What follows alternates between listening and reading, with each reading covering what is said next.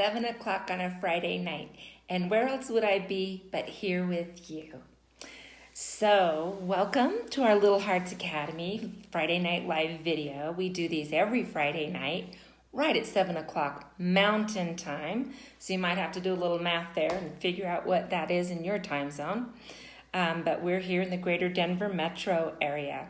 And before I get started, I wanted to make sure that you all are aware of our webpage, and that is littleheartsacademyusa.com. And if you go there, you can sign up for our newsletter, and we send that newsletter out every Monday morning. And this Monday, I'll tell you in a little bit what's going to be in there for this Monday, but we'd be really excited to have you sign up for our newsletter and let you get some more information from Little Hearts Academy. So, hi Lydia, it's good to see you. So today, as promised, I am going to share the number one thing that you can do to help your children grow up confident and curious and compassionate. And those are the words I was looking for. So the truth is, hey Morgan, it's good to see you. The truth is that nothing's going to work all the time. And our children grow up and they have the right to make choices for themselves. So what we do with our children as we're parenting and as we are working to teach them while they're young is to give them that strength and that foundation that will help them as they go through those teenage years when they're trying to figure out who they are and whether they like you or not, and also to help them as they become older and become parents of their own. There was a Dr. Anthony P. Witham, I had to write that down, and he said, children spell love T-I-M-E. And it's so true. I know that parents are busy and time is precious, but so are children. They are busy and they are precious. And so we kind of need to keep that in our mind. You know, in talking to a lot of the parents that I talk to through my work and the things that I do, I hear so many of them say that when they were growing up, they always felt that their parents were too busy for them, that they didn't have time for them, and that they always felt like work or their hobbies, it could have been sports or golf or whatever, was more important than they were. And I've heard them talk about how lonely they were and how they just craved that attention from their mom or dad or maybe both. And so it's really important for us to remember those feelings if we had those growing up, and to make sure that we aren't passing that on to our own children. And I love coming from a big family. I have 5 brothers and 1 sister. And but I do know that there were times growing up that I'm the oldest too. So I felt a lot growing up that I was just given a lot of responsibility and that I was basically my mom's babysitter. And, you know, those resentments that you kind of have, especially when you're a teenager. And but I do remember some special times. And I'm going to tell you one story that happened with my mom. My parents weren't getting along well at all. And there was just a lot of stuff that was going on in the home. And I wasn't feeling safe there. I wasn't feeling wanted. I didn't feel like I fit in. And so I did go to my mom, though, and at one point, and I said that I had a friend who was thinking of running away. And what did my mom think that, you know, this friend should do? What might be a good place to go? I know, I was an idiot. I was probably like 10, 11 years old. And so there were only 6 of us at that time. Danny came later.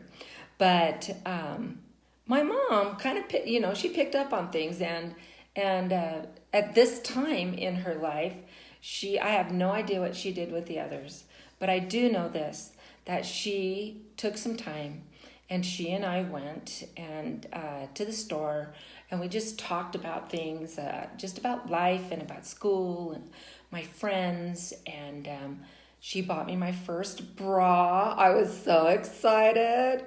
And then she took me out to Big Boys. I remember it was JB's Big Boy. And I remember that I had French fries and a chocolate shake. And she thought it was so odd that I would dip my French fries in the chocolate shake and eat them. And then after a while, she said, well, I think it's time we need to, go back to home. And do you think you're ready? And I didn't say anything because I really didn't feel like I was ready. And but she reminded me. So this one sister that I have, her name is Sunny, and she's 7 years younger than me, and has always been one of the lights in my life. And so then she just started, instead of saying, hey, well, we've got to go, she said, Sunny's there with the boys. I hope they're treating her okay. I'm like, well, they better, because I was all about protecting Sunny. And she said, yeah, sometimes they get a little rough with her, don't they? And I'm like, yes. And I started going off and on. And so, but before long, I was ready to run home and check on my sister and make sure that she was okay. That day, I was worth my mom's time. And in that, it did something for me. And it's a memory many, many, many years later that is still with me. So, how do you think about how you managed it when you were feeling not valued by your parents? Now, it could have just been not valued for that moment or for that day. Maybe there was a lot going on and you were very, very busy. Or it could be that you had spent years feeling not valued by your parents. And I'm hoping that most of the people I'm talking to did feel valued. But I hear it enough as I talk to adults through the things that I do. I hear it enough that I think that there are too many of us out there. And so I want you to think back and remember, what are the things that you did? Sometimes maybe you got in trouble, or maybe you mouthed back to my son. You mouthed back to your mom or your dad, or you picked on a brother or whatever because the brother got all the attention and that made you mad. Maybe you got bad grades and so then they'd have to deal with you. Or you got in fights. Believe it or not, I got in fights. Yeah, I did in school. But so they'd have to come and deal with that and deal with you. And at least you were in their sight. And so I want you to think about the things you did to gain attention. And then I want you to look at the things that your children sometimes do. Now, if your kids are doing some of those things, it doesn't mean, oh, I'm a horrible parent. Oh, they feel, left out or whatever. They may just feel that for that moment. And sometimes, kids are still getting used to their feelings. I mean, I've got a few decades, one or two, of working out my emotions and my feelings. And actually, I've gotten better at it mostly just in the last 10 years, I think. I'm a very different person now than I was 10 years ago because I understand myself so much better. Well, think of what your children are doing when they only have 4, 5, 6, 7 years trying to figure all of this out, They don't know how to work with it. They can't even put a name to it most of the time. But so it's up to you to notice when that's happening. So how do you respond then when your kids are doing some of these things to get your attention? So they get whiny, or they start punching a brother or sister, or they become, I've seen this happen a lot, is they become incapable of doing anything. I need you to help me. I need you to do this for me. It's like, buddy, you know how to tie your shoes. Come on. Well, not right at that moment. They need you. They need you. And so I will tell you that one time I was at a school, and there was a little girl who had unfortunately lost her mom. And she was only 4 years old. No, she was only 3 at the time. And and it was sudden. It was a medical emergency. And a couple of months after that, she was making up her little bed, for her nap time. And she knew how to do it. She did it all the time, no problem. But that day, she had a total meltdown and was struggling with, I can't do it, I can't do it. She was screaming, she was crying, she was asking for a book, she was all over the place. And I was fortunate enough to be able to be in the room at the time. And so I got to go and sit down next to her. And I said, it looks like you're having a hard time, doesn't it? Yes, and she's all upset, and she was crying and crying. And this is a tactic, if you've been listening to me, you've heard this before. But if not, listen to me now. I told her, I can't understand what you need.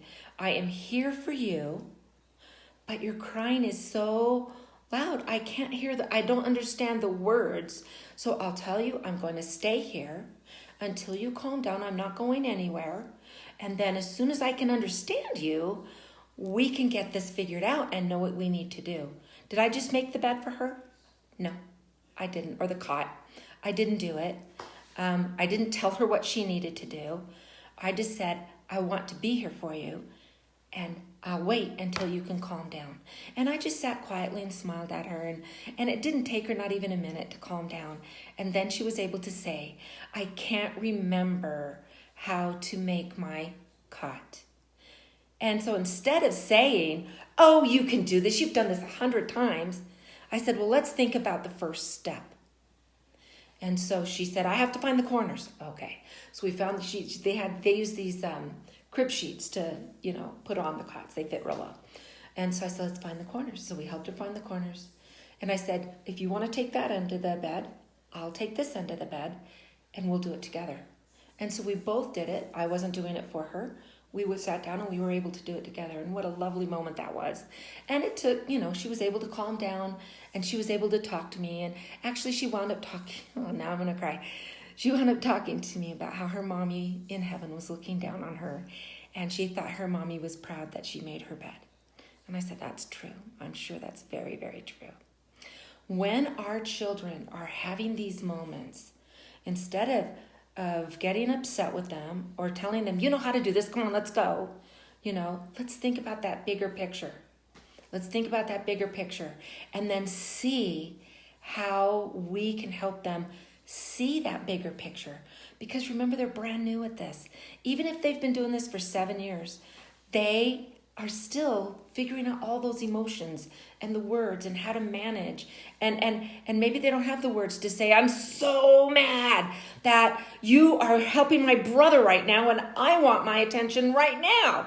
They don't have the words to really say that. They just know they're upset. And so they're, acting out.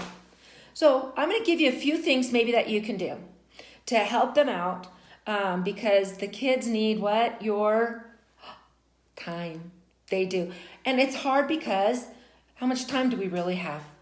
And even if we only have one child and we're getting them all to places, we're working, we're getting things clean, dinner's got to be done, all of these things have to be done.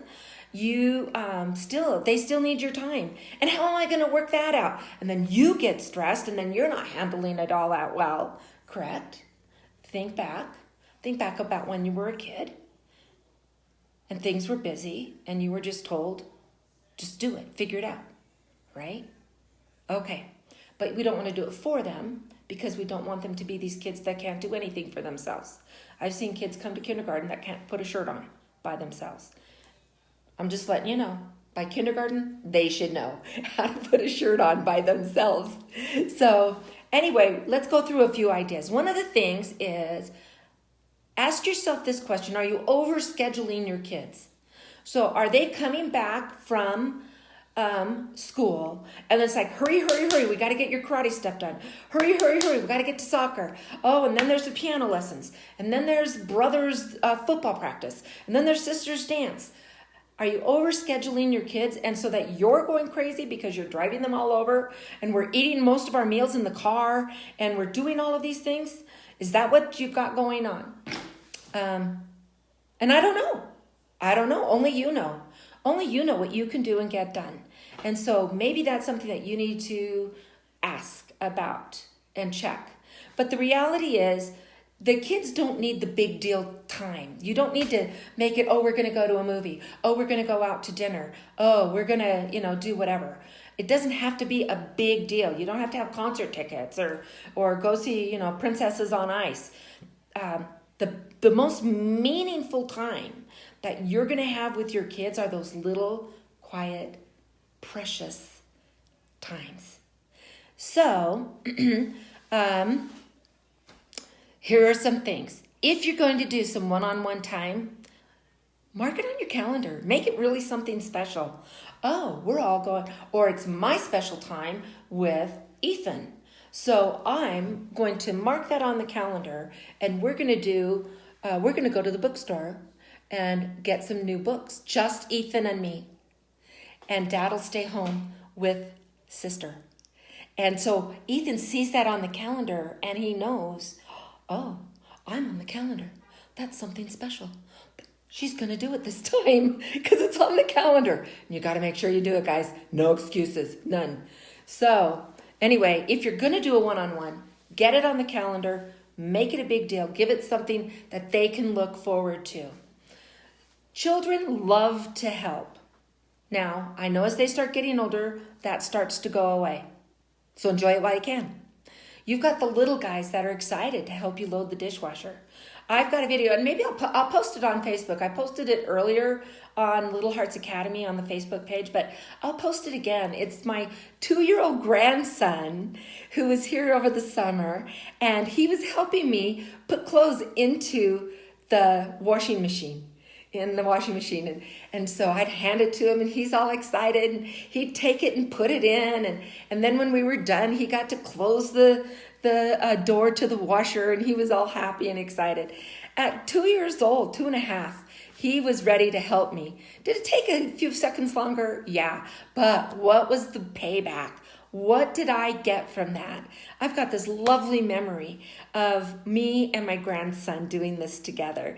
And he has this memory, although it may not be, specific because he's only 2.5, but he knows that when he's with Nana, my grandkids call me Nana, when he's with Nana, we do things together. And it's fun to see him expect that. He'll follow me around and want to do some things with me and help me. Take advantage of it when they're ready to do that and get them to help you. And I'll find that your kids, as they get older, are probably more willing to help you if they're not just assigned the dishes or just assigned laundry, but you're in doing it together with each other. Then you're going to find more cooperation for a longer period of time. So that's pretty cool. So here's some things that little guys can help you with and that you can do. I mean, even at the youngest ages, they can help you go out and get the mail and help carry. Maybe there's too much, but they can carry a letter. Sure, they can.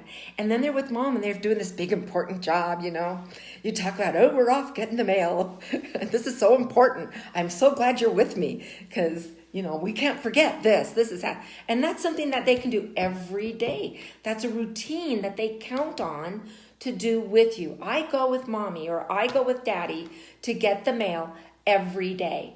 And it becomes something special.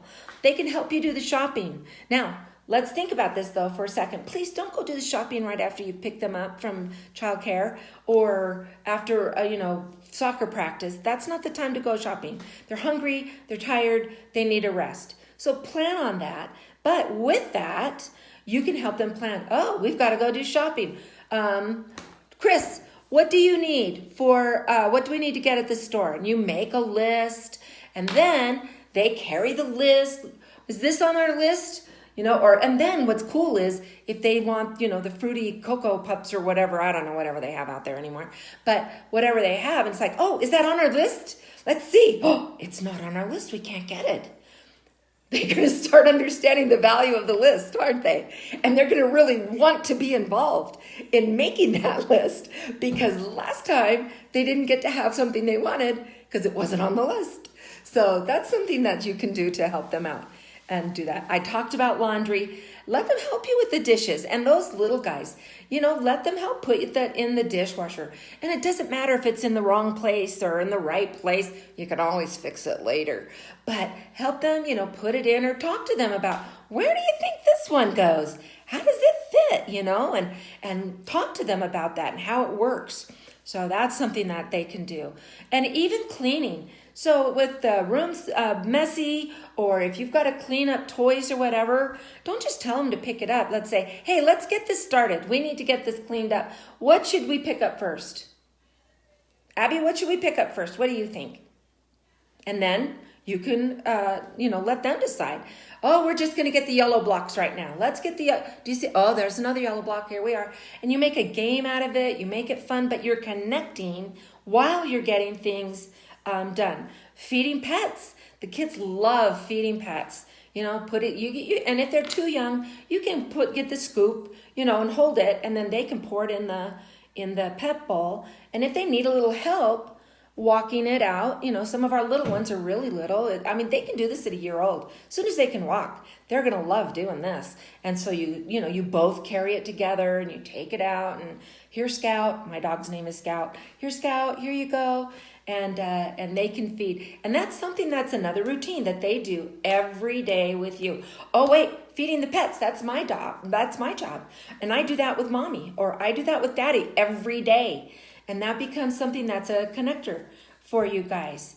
So even when kids are young, very young, I know that some of us have parents, or we are parents, that have odd working schedules, especially our first responders. I have a son that's a police officer. I have another son that works in healthcare. And so, they kind of have to come and go. And sometimes they don't have a chance to really see their kids when they want to. And so even, if it's early morning, it's like 5 or 6 and you're having to head out, and just go in and give them a kiss. And they may wake up a little, they may not, but their internal processes know, Mommy or Daddy came in and gave me a kiss. And I will tell you, here's another story. What time is it? Oh, well, I won't tell you a story. I'm going to save that for our webpage. So you'll have to go to my webpage to get that story. Anyway, but leaving a note that just says, I love you, or just with a heart on it. If your kid isn't reading yet, and your child knows, they'll take it to another grown-up to read it to them, because then they're going to learn, academic standard, words have meaning. And they're going to want to know these words, and especially when they're words of love and how proud I am of you, and I know you're going to have a great day, they're going to want to learn to be able to read those words. And so that gives them some incentive. If you're really busy, let's think about it. How time effective is it for us to see, shooing the kids away? I got to do this. And they keep coming back. Or what if you say, okay, you need some time. I get it. Let's set the timer. I can give you 5 minutes. You choose. What are we doing for 5 minutes? And then when the timer's done, this was great. This was so much fun. Tell you what, I'm going to go back, finish my job. And then when I'm done, then I will go do whatever. Or you can even set a timer for yourself. And you can say, I need 1 hour. I need a half an hour.